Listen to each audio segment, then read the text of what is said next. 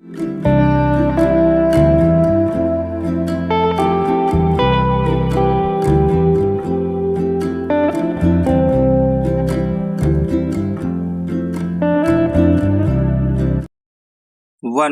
2, 3 start. महोदय, आइए पर्यावरणीय कानून को लागू न करने के घातक परिणामों पर एक दृष्टि डालें। कार्यकारिणी और न्यायपालिका दोनों में संकल्प की कमी है।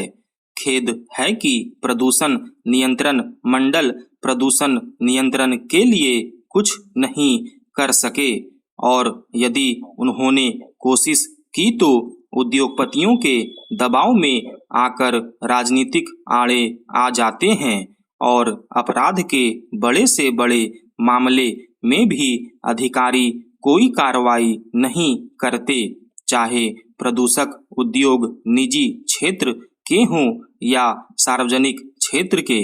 मेहता वाले मुकदमे में उच्चतम न्यायालय द्वारा पर्यावरण सुरक्षा संबंधी कानूनों को लागू करने के लिए न्यायालयों की सहायता के लिए पर्यावरणीय न्यायालयों की स्थापना का सुझाव दिया गया था। न्यायमूर्ति भगवती के अनुसार पर्यावरण प्रदूषण, पारिस्थितिक क्षति और प्राकृतिक संसाधनों से संबंधित झगड़ों के मुकदमे दिन पर दिन बढ़ते जा रहे हैं और इन मामलों में वैज्ञानिक तथा तकनीकी आंकड़ों का मूल्यांकन आवश्यक होता है।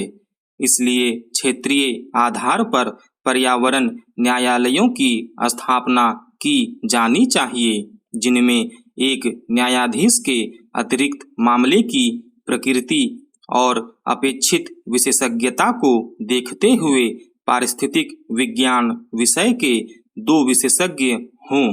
तथापि पर्यावरणीय न्यायालय के निर्णय के विरुद्ध उच्चतम न्यायालय में अपील का अधिकार हो। प्रदूषक उद्योगों में शक्तिशाली निहित स्वार्थों के कारण श्रीमती मेनका गांधी, पूर्व पर्यावरण एवं वन मंत्री, भारत सरकार के समर्थन के बावजूद इस प्रस्ताव पर कार्रवाई नहीं की गई। प्रदूषण में पैसा है और नौकरशाही पैसे वालों का साथ देती है तथा पारंपरिक न्यायालय पर्यावरण न्यायालयों के प्रति अति संवेदनशील हैं। पर्यावरण विज्ञान उनके लिए यह एक नया विषय है। न्यायालयों के इस विषय से अनभिज्ञ होने से हानि होती है और नकारात्मक दृष्टिकोण के कारण न्यायाधीश ऐसे मामलों में यथास्थिति बनाए रखने, स्थगन आदेश देने या मुकदमा खारिज करने जैसा आसान तरीका अपनाते हैं। उच्चतर और उच्चतम न्यायालय के कुछ न्यायाधीशों ने इस दिशा में प्रशंसनीय कार्य किया है, किंतु पारंपरिक न्यायालयों के विद्वान वकील प्रदूषण नियंत्रण के संरक्षक नहीं हैं, क्योंकि वे कानूनी प्रक्रिया संबंधी जोड़ तोड़ में लगे रहते हैं और उन्हें क बनाम ख के पारंपरिक मुकदमों से ही फुर्सत नहीं मिलती और न ही उनमें पर्यावरणीय मामलों को निपटाने की विशेष योग्यता होती है। सामाजिक कार्यकर्ताओं द्वारा दायर किए गए सामाजिक न्यास संबंधी मुकदमों की सुनवाई के लिए उनके पास समय कहाँ है।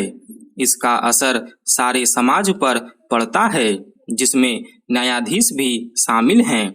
अन्य लोगों की तरह उन्हें भी दूषित वायु में सांस लेना पड़ता है, प्रदूषित पानी पीना पड़ता है, वनों की कटाई और रेगिस्तान का वे भी रोना रोते हैं और प्रचुर मात्रा में उपलब्ध अनेक नैसर्गिक लाभों से वंचित रहना पड़ता है। लेकिन प्रकृति का आनंद लेने के लिए कवि जैसा संवेदनशील हृदय होना चाहिए, जो जीवन की कविता से परिपूर्ण हो, जिसमें विश्व बंधुत्व की भावना, प्रकृति से एकात्मकता और प्रत्येक मानव के जीवन के अधिकार के प्रति प्रेम हो। कभी कभी न्याय करने वाले को न्याय और उसके विविध आयामों की जानकारी नहीं होती। महोदय, हमें आवश्यकता है ऐसे संवेदनशील पर्यावरणीय न्यायालयों और न्याय प्रक्रिया की जिसमें सामाजिक प्रतिबद्धता और सतत विकास दोनों संभव हो।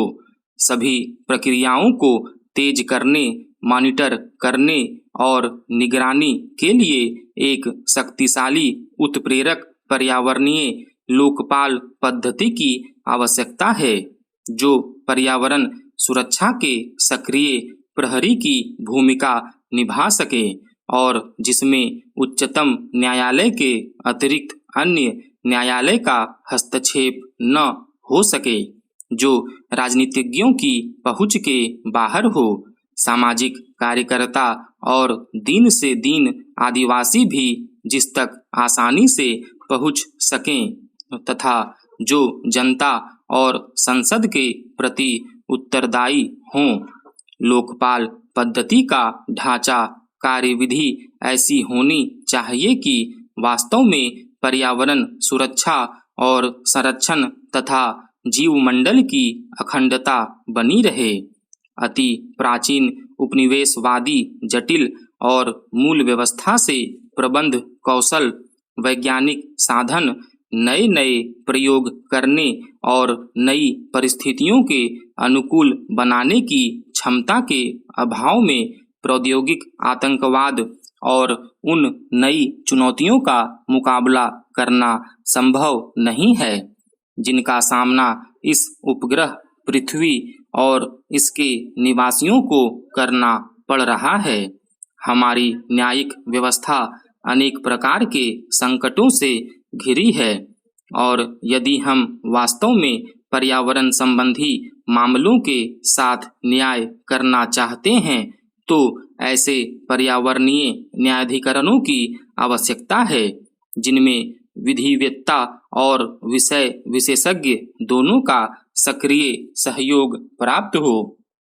इससे भी अधिक आवश्यकता है एक उच्चाधिकार प्राप्त बहुस्तरीय लोकपाल पद्धति और कार्मिकों की जिन्हें कार्रवाई शुरू करने, जांच करने, निर्णय लेने, निषेधाज्ञा जारी करने के व्यापक अधिकार प्राप्त हो। यह स्वायत्त संस्था होनी चाहिए जिसमें राजनीतिज्ञों और कार्यकारिणी का हस्तक्षेप, पेचीदा नकारात्मक कानूनी अड़चनें न हों तथा कर्मचारियों को सरकारी भय और लालच प्रभावित न कर सके। इन उच्च पदाधिकारियों का चयन प्रस्तावित लोकपाल बिल के अनुसार हो सकता है तथा इनका कार्यकाल निर्वाचन आयोग के समान हो सकता है। आम नागरिकों और सामाजिक कार्यकर्ताओं के लिए इन उच्चाधिकारियों तक पहुंचने में कठिनाई नहीं होनी चाहिए और आवश्यकता पड़ने पर उन्हें निःशुल्क कानूनी सहायता उपलब्ध कराई जानी चाहिए।